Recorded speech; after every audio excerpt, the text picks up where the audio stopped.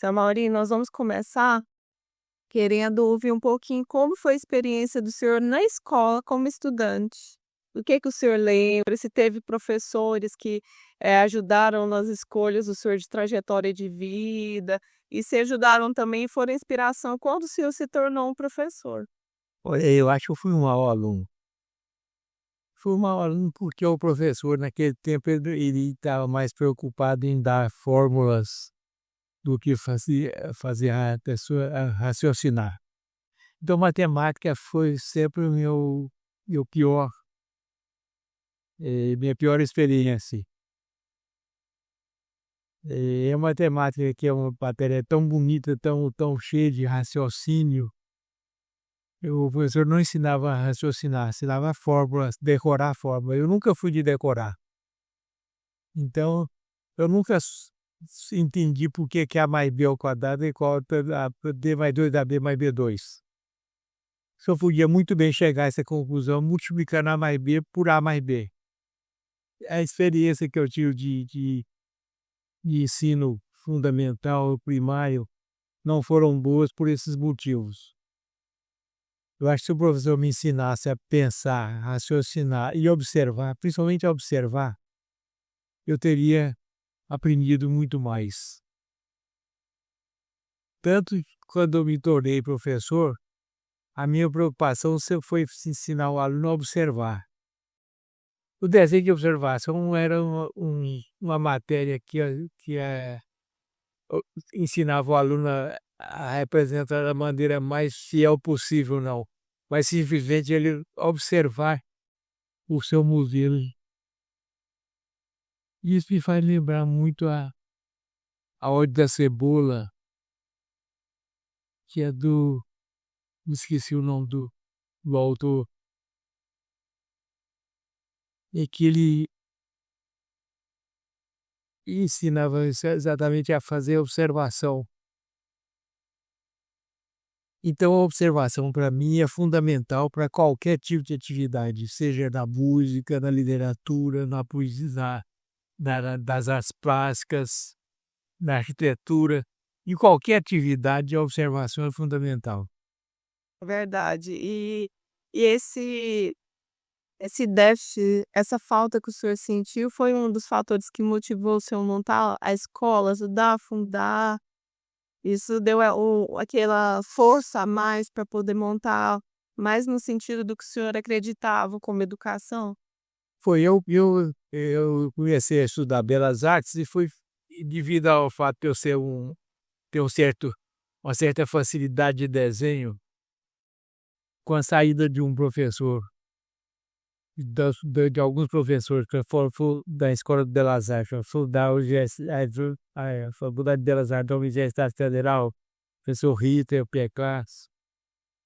Eu fui convidado a deixar de ser aluno a ser professor. Então, a minha preocupação sempre foi transmitir para os alunos daquilo que eles percebiam da melhor maneira possível. Eu procurava não ensinar o desenho, mas fazer o aluno observar e chegar à sua própria conclusão. Através da pintura, a mesma coisa. E quando na formação da Escola de Arquitetura, que eu tive a honra de participar com o Frei Confalone, Bejo e Helder Rocha Lima, também a minha preocupação era sempre, em vez de ensinar o aluno, fazer o aluno a chegar à sua própria conclusão. Tanto que no curso de arquitetura, o aluno não aprende a projetar, não, ele aprende uma metodologia de projeto. Então, se ele for convidado a fazer um projeto, depois de formado, ele quiser fazer um projeto de uma sinagoga, ele pode falar, não, eu não sei fazer, eu não aprendi a fazer projeto de sinagoga. Embora ele nunca tenha entrado na sinagoga, ele vai pesquisar e fazer o projeto de sinagoga. É fornecer os meios da liberdade criativa. Exatamente, para o aluno ou o profissional chegar à sua própria conclusão. Então essa é a minha principal filosofia do que é ensino.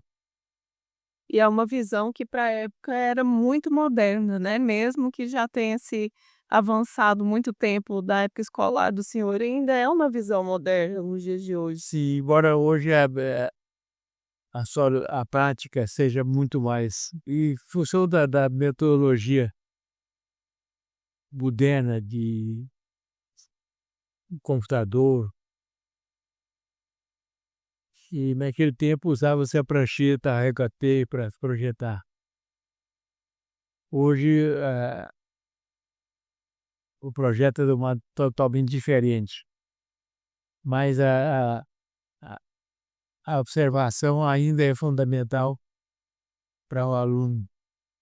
Seu Amaury, tem algumas perguntas aqui que nós eh, fizemos aqui em conjunto para o senhor trazer para a gente um pouco tanto dessa experiência como professor, quanto também da fundação do museu, da contribuição que o senhor acredita que deixou para o estado de Goiás. Eu vou começar a trazer algumas aqui. O senhor que foi professor de arte por décadas, diretor da Escola Goiana de Belas Artes e mentor de gerações de artistas, além de uma figura central no cenário artístico de Goiás, estudou com Frei Nazareno, com Falone, Leselto Oliveira e Gustav Ritter. Como essa tríade de mestres moldou a sua visão sobre a arte e técnica no início da carreira? Olha, foram fundamentais na minha formação. Eu acredito que ninguém é autossuficiente para se fazer sozinho. Então, por isso, a educação é fundamental na formação de qualquer profissional, qualquer atividade.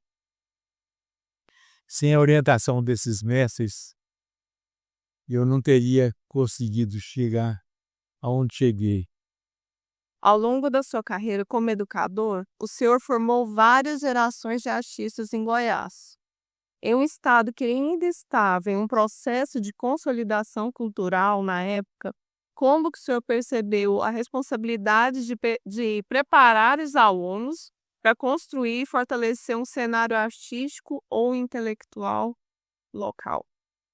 A minha preocupação nunca foi formar um artista, mas formar uma pessoa que achar seus próprios caminhos.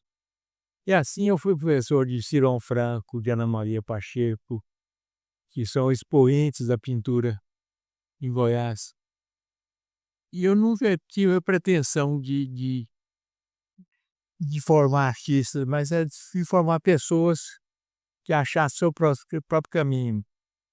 Sua participação na exposição 10 Artistas de Goiás no MASP em 1966 foi um marco para a arte goiana. Qual a importância desse evento para a sua carreira e para a visibilidade da arte produzida em Goiás? Mas para mim foi a coisa mais importante que aconteceu na minha carreira foi essa exposição no MASP, aberta pelo Assis Chateaubriand, e participando junto com mais 9 artistas de Goiás. Eu acho que abriu um caminho para a visão de que Goiás tinha uma produção artística razoável. Tanto que hoje, se você perguntar para qualquer professor de arte, crítico de arte ou entendido em arte, para citar 10 artistas brasileiros, seguramente esses 3 ou 4 serão goianos, como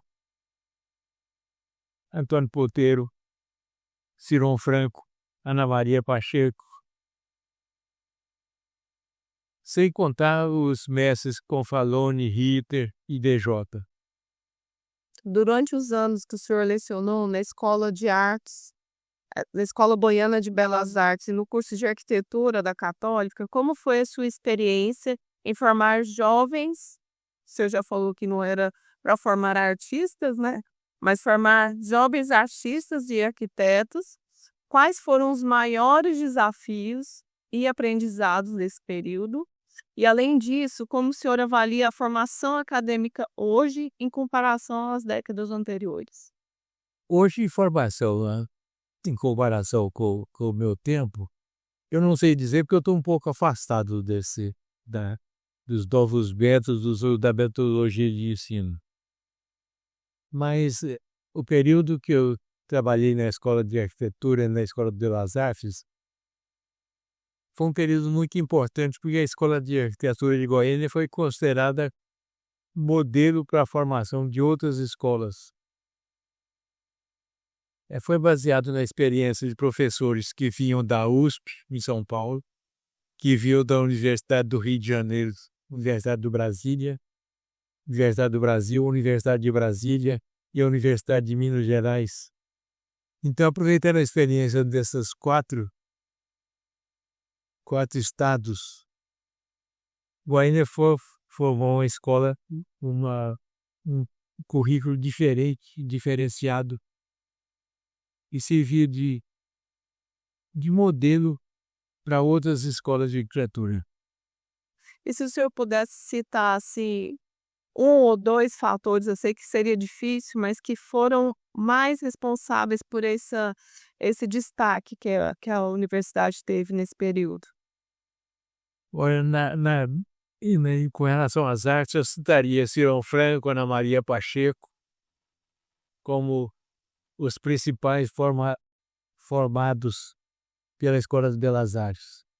Na Escola de Arquitetura, é tão grande o número de profissionais que eu não gostaria de dar destaque para alguns. E no método que o senhor usou, que vocês usaram, que vocês escolheram, o que o senhor acha que foi? Foi a observação, foi ensinar o aluno a se desenvolver e se autoconhecer? A observação é fundamental para qualquer atividade profissional, não só em artes ou arquitetura, mas em qualquer atividade profissional, a observação é fundamental.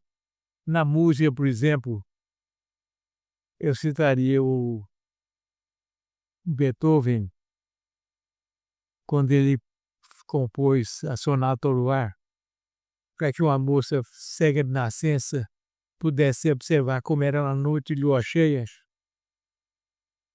Ele foi baseado simplesmente nos sons da natureza. Vivaldi compôs as 4 estações também baseado nos sons da natureza. Embora você não tenha a letra na música, você percebe claramente na melodia a diferença de primavera, outono, verão, inverno, etc.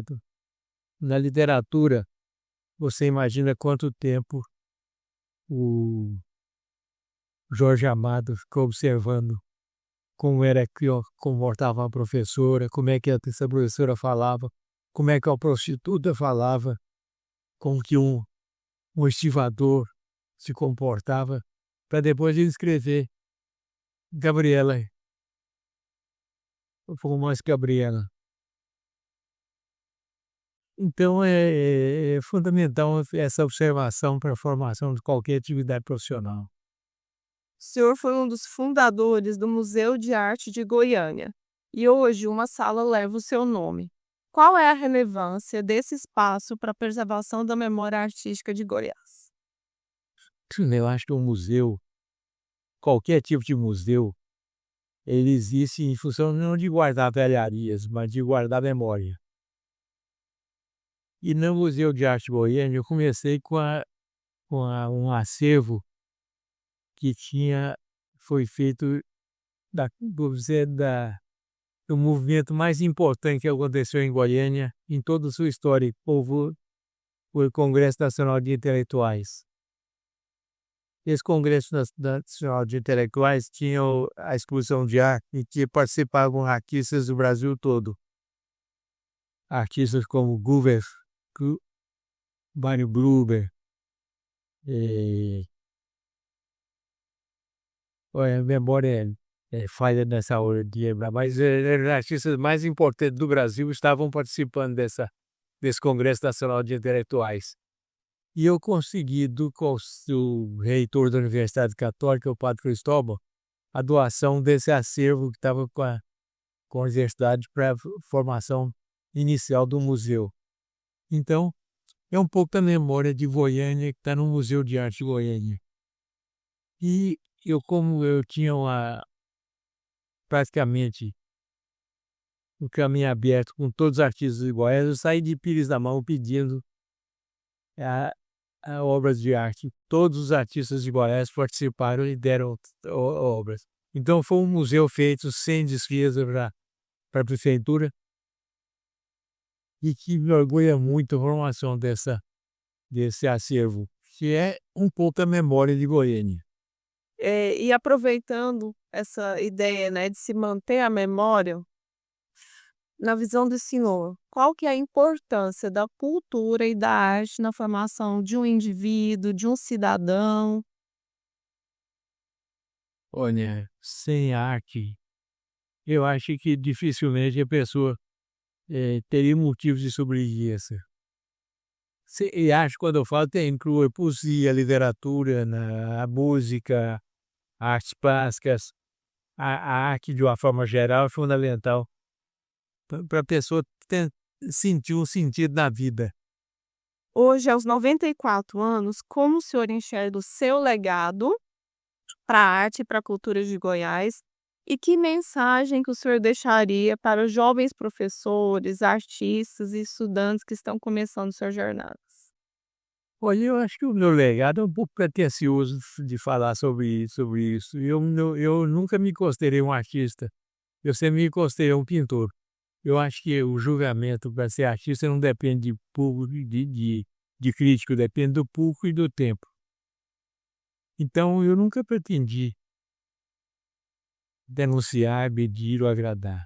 Minha única pretensão sempre foi pintar. E se eu achar se eu ficar sabendo que uma pessoa teve um momento de paz, observar um trabalho meu, eu acho que valeu a pena ser pintor.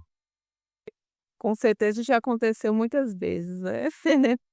E o senhor teria uma mensagem para quem pretende ser professor, ou para quem pretende seguir nas artes, ou um conselho?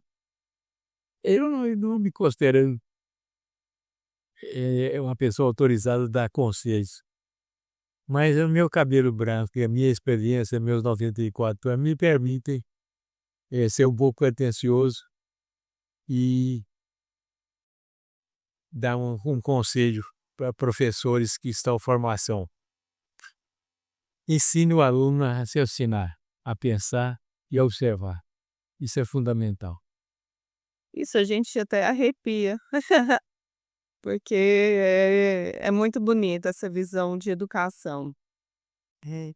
Inclusive, a próxima pergunta é voltada a essa humildade que o senhor, né, transborda. Sua frase, minha única pretensão é pintar, citada em uma publicação de Igor César Ferreira, demonstra um desejo de simplicidade. Mas a sua obra e as suas ações revelam uma profunda contribuição cultural e educacional. Como vê a culpa, ou melhor, a responsabilidade do artista em ser educador, mesmo que de maneira não intencional? Afinal, professora Mauri Menezes, a culpa seria de quem? Não, se você não saberia responder essa pergunta. De forma até não intencional, acaba educando e inspirando, né, muitas pessoas, mesmo que não tenha essa pretensão. E eu acho que sim, eu acho que, não sei, eu acho que não sei, não chamo de humildade, mas de minha despretensão é, é maior do que a minha pretensão de ser alguém. Não sabia também ser.